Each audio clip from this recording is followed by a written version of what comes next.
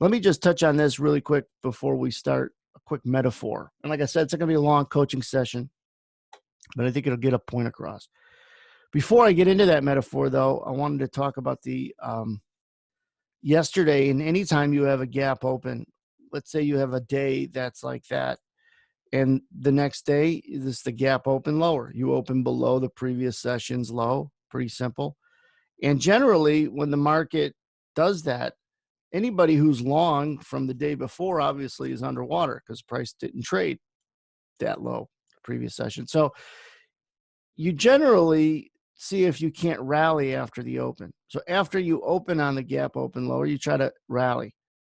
If you can rally and jump into the previous day's range, then you catch a lot of shorts that think, oh, downside's right side, gap open lower, gap open lower. And then it's a reversal.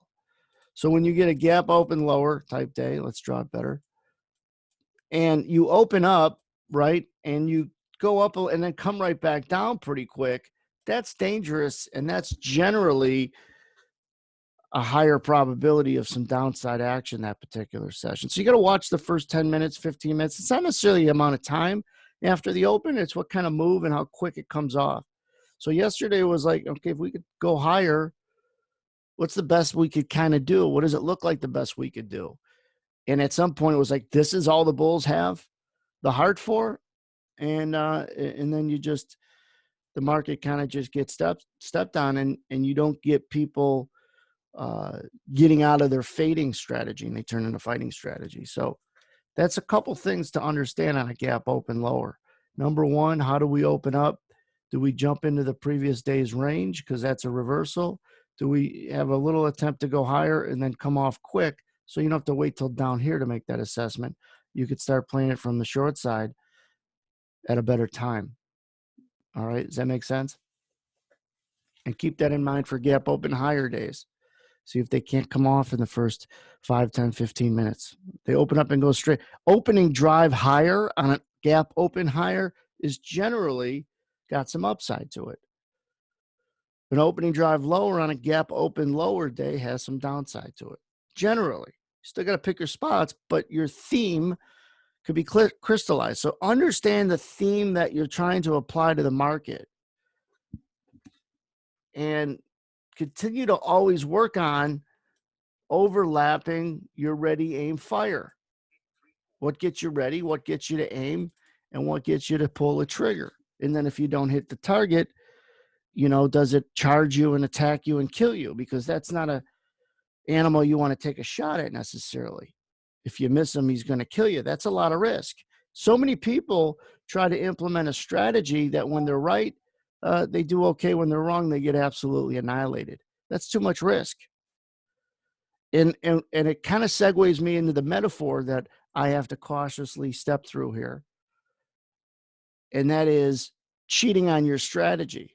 There's bad muscle memory that people have with prior strategy setups, ideas that they've tried to implement because they've tried to do it without the right concepts. I think it's fair to say that most people come into this business and learn the wrong way first. Would you guys agree to that? Most people get into this business, learn the wrong stuff first.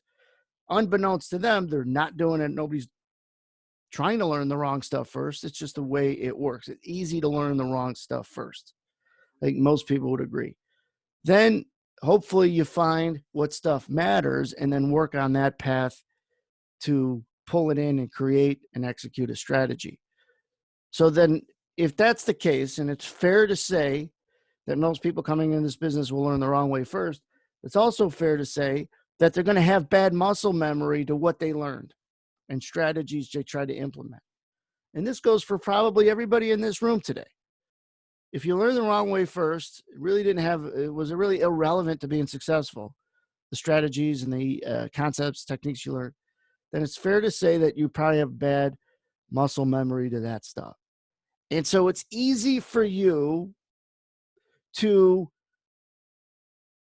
treat your next strategy like you treated or felt like with your prior strategy. So your prior strategy has bled into how you might treat future strategies is a good way to put it.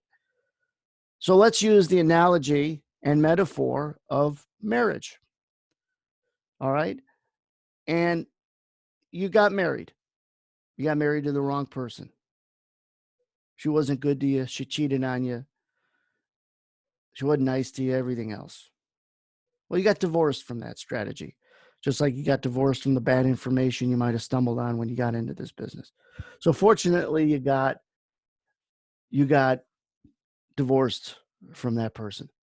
All right. But now you get remarried. You find someone who's got better character, better traits, takes care of you, nice person, great person. Because you finally started learning and pulling in the right criteria and concepts and techniques to make this work. All right. But you've got the muscle memory and you remember some of the tough moments and lack of discipline and crap, for lack of a better word, that you learned initially. And maybe some still discipline issues you're struggling with. So what do you end up doing? You end up taking some of the memory from a previous marriage and you start sprinkling it on your current strategy. All right. So in this metaphor, this woman is the strategy. All right. It's the idea. It's the concept. Not the concept, but strategy, idea, and setup are all the same thing. 3 words mean the same thing. What are you trying to do? Look for and execute your strategy, your idea. Okay. So that's the woman in this metaphor. The guy is the execution, not the executor, the execution of that particular strategy. All right. If he doesn't execute the strategy, then he's ignoring it. Right? That's not healthy for a relationship. All right. So the guy in this metaphor, the husband's the execution, and the woman, the wife, is the strategy, is the idea. Now, the previous strategy or idea was, again, not good. Wasn't good. But they got divorced. He made a decision, got divorced. Again, he's pulling too much of those negative feelings from the previous marriage into this one. And what does this guy do? What do you think he does? Remember, this is all about an analogy to all about relationships. Your relationship with your strategy. This metaphor is a relationship between a man and a woman. So what do you think this knucklehead does? Because he's got the bad muscle memory. This particular wife been great. She seems like she's going to be great. We don't know if she's awesome, but we know that she's been really good so far. What do you think he does? Where do you think I'm going with this? Anybody? Where do you think I'm going with this? Here's what happens. He cheats on her. He cheats on her a couple times. He's cheating on his strategy because he doesn't trust it. And therefore, he doesn't give it a chance. He's cheating on his strategy because he doesn't trust it, because of his first marriage, because of something that is not this woman's fault. She had nothing to do with that first marriage, that first person, that first strategy, that first concept, that dumb idea, that ridiculous technique that gave you poor discipline. So the guy who the executor, the traitor, is cheating on the idea, the strategy. Doesn't give it a chance. And it's because he doesn't trust it. He doesn't have the confidence to trust it. And as Warren just put it, he's executing on an old strategy. That's a great way to put it. He's executing on, again, the old strategy has got too much influence on the new strategy. Way too much. Instead of taking the good and what you learned from something that wasn't working, that didn't work, there was still some silver lining and good lessons you could have learned to apply to the next relationship. But yet this joker isn't. he's like, she's going to end up doing to me what the first one did to me. So I'm going to get out ahead of this. All right. I'm going to get out ahead of this. And so he blames the strategy that's innocent, doesn't give it a chance. And therefore, you get into a 5-gallon drum of Legos that gets knocked out, and bam, all the pieces are all over. Unorganized, stressful. You know, Lego pieces are really cool when they're put together. A lot of people have a lot of fun putting them together. But they're stressful and they hurt when they're all over the floor and you're stepping on them or you got to clean them up. Well, that's what this guy does to the relationship with his strategy. He doesn't give it a chance. It's all over the place. He's executing it sometimes, which means sometimes he's nice. Sometimes he is having fun. And he's trusting her. They got this real rich relationship. And then other times he's cheating on her. She always seemed to be buying these women something too. She's got a shopping bag. But it has nothing to do with this particular idea or strategy. It has everything to do with poor muscle memory. So therefore, he's not going to give this strategy a chance to work. Hey, guess what? She might be no good either. She might end up, if he stays true to her, she might end up, who knows? But then he can move on. But if you don't give it a chance, you might have the best person in the world and you're screwing it up, not her. So it's not the strategy's fault. It's your fault. And you're trying other things. Think about that. The grass is always greener. You're trying other things. And yet you created this nice idea, strategy you put together with the right concepts and the right techniques, learning order flow, correlations, good discipline, putting yourself around other people. You create some relationships with traders. You're really dotting a lot of the I's that you never knew existed. Not only do you know the I's and T's are there, but you're dotting and crossing them. You're putting yourself in a position with this strategy and you're kind of articulated. And now all of a sudden you try, I'm going to try this too. What do you mean I try this too? You're making pasta, make the pasta. Don't make lamb and chicken and steak. Also, one thing at a time here. We'll try something else. You got this great idea, great woman, and the first chance you get to cheat on it, you go ahead and you do it. You're not going to make any progress that way. You could have a great idea, but the muscle memory is forcing you to screw it up.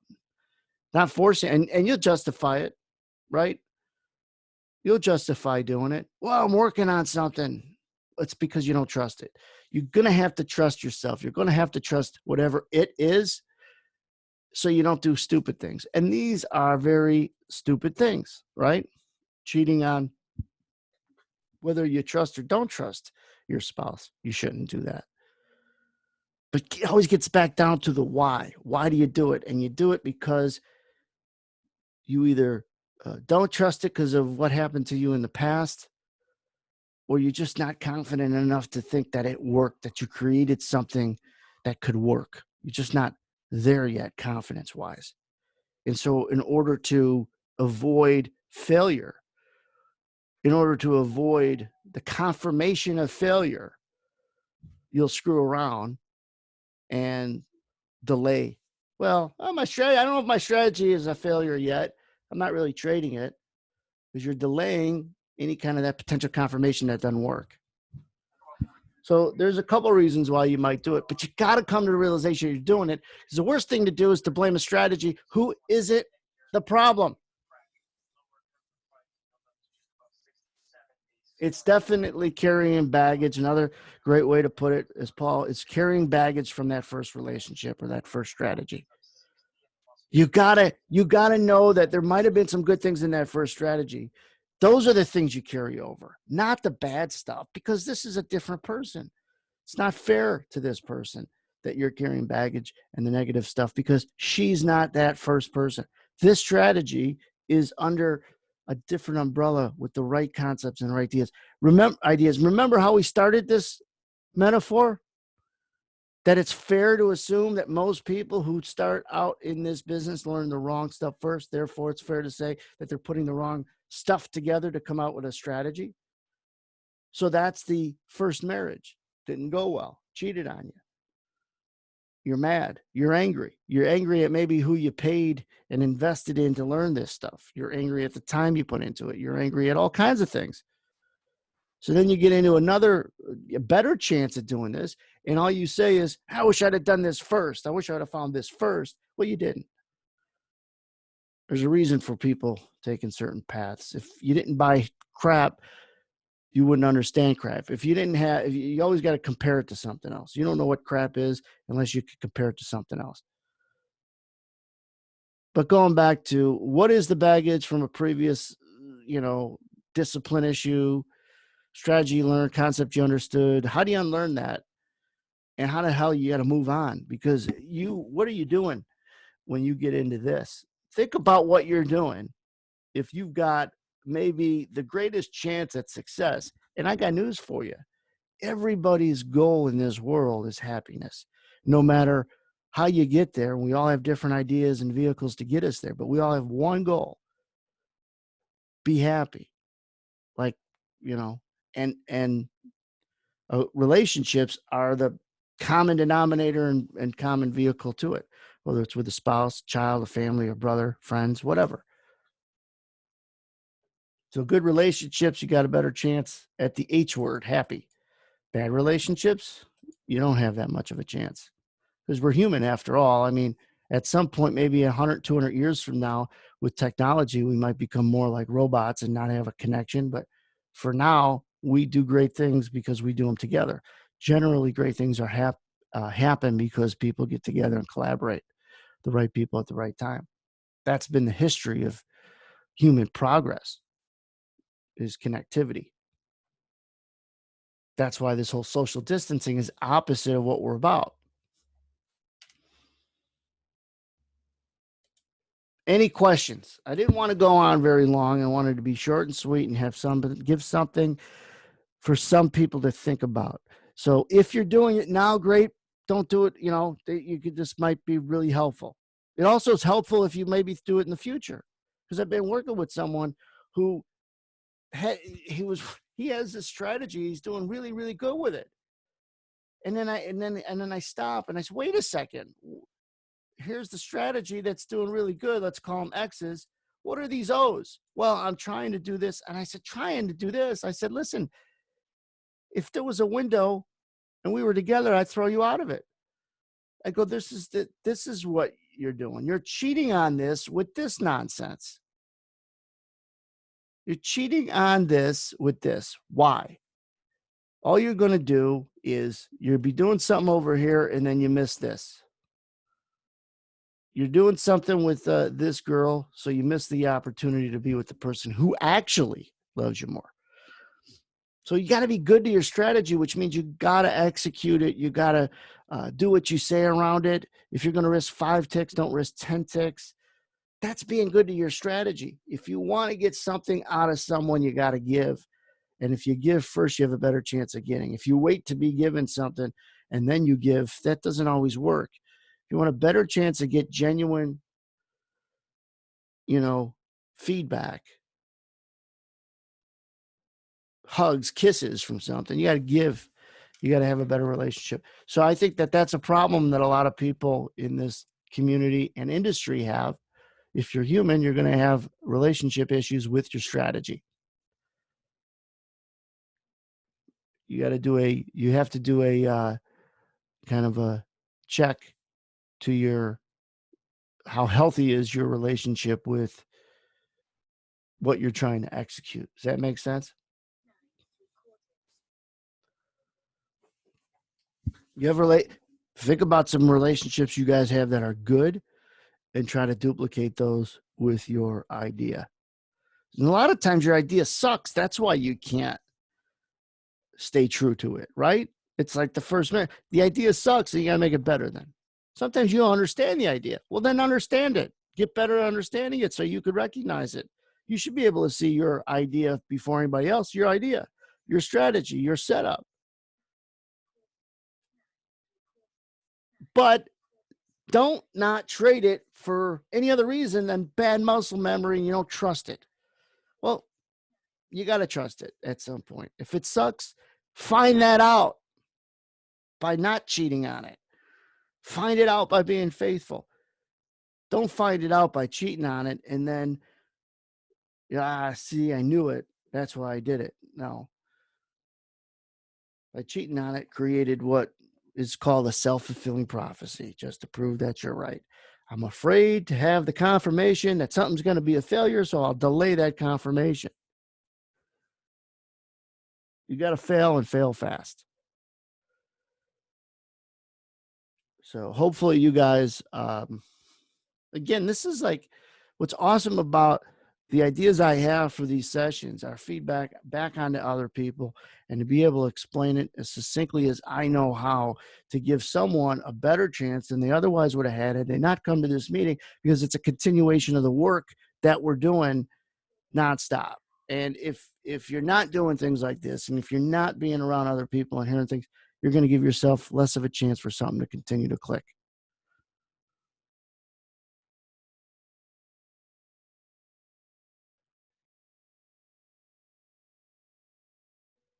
So good luck. Make sure you guys are being smart, staying safe, and keep it up. This is always a well-attended session, and that's great. And I think most of you guys get the reminder, so that's awesome. So always trust it first. It would be nice if we knew. It probably wouldn't be nice because you wouldn't have that feel, but it'd be nice if you knew for sure you could trust something. Well, then that's not trust, right? Trust is giving something that may or may not be warranted. You're not completely sure. It's where the word comes from. Why they call it faith, or that's why they call it trust. So just make sure you're in some way, shape, or form working on your craft.